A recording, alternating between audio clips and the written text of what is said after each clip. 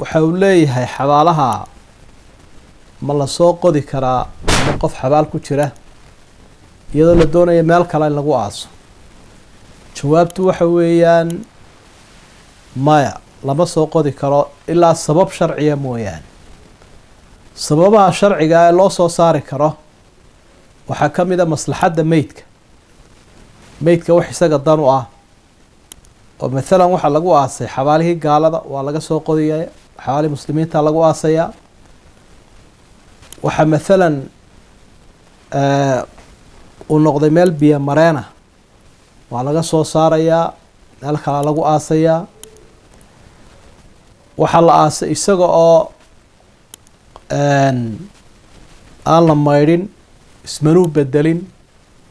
deg deg baa loo soo saarayaa waa la maydhayaa waa lagu tukanayaa waa la aasayaa sidii uu usoo saarayba jaabir ibnu cabdillaahi aabihii oo xabaashii intuu uga bedelay meel kale ugu aasay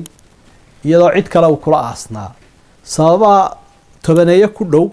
ayaa loo soo saari karaa laakiin kuma jirto in dhulkiisa la damaaciyo oo intoo laga saaro meel kale la geeyo taasi sax ma aha taasoo baryahan dambe iska badan oo dadka qaarkood intay damaaciyaan dhulkiisa ay ka saaraan ay meel kale ku aasaan qofkan isaga intaa yeeshay looguma tegayo waxaan maslaxadiisa ahayn